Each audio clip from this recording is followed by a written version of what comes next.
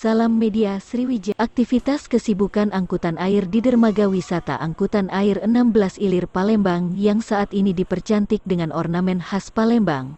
Untuk mempermudah pengunjung ataupun penumpang angkutan air berupa speedboat ataupun perahu ketek, pemerintah Kota Palembang membangun jembatan terapung yang menghubungkan antara Demga 1 dengan dermaga lainnya. Pekerja mengaku, dermaga ini diperbaiki sejak lebih kurang 1 bulan lalu, dengan memperbaiki atap yang bocor, fasilitas WC umum, serta pagar pengamanan bagi pejalan kaki yang melintasi dermaga juga dipercantik dengan ornamen dan cat khas Palembang.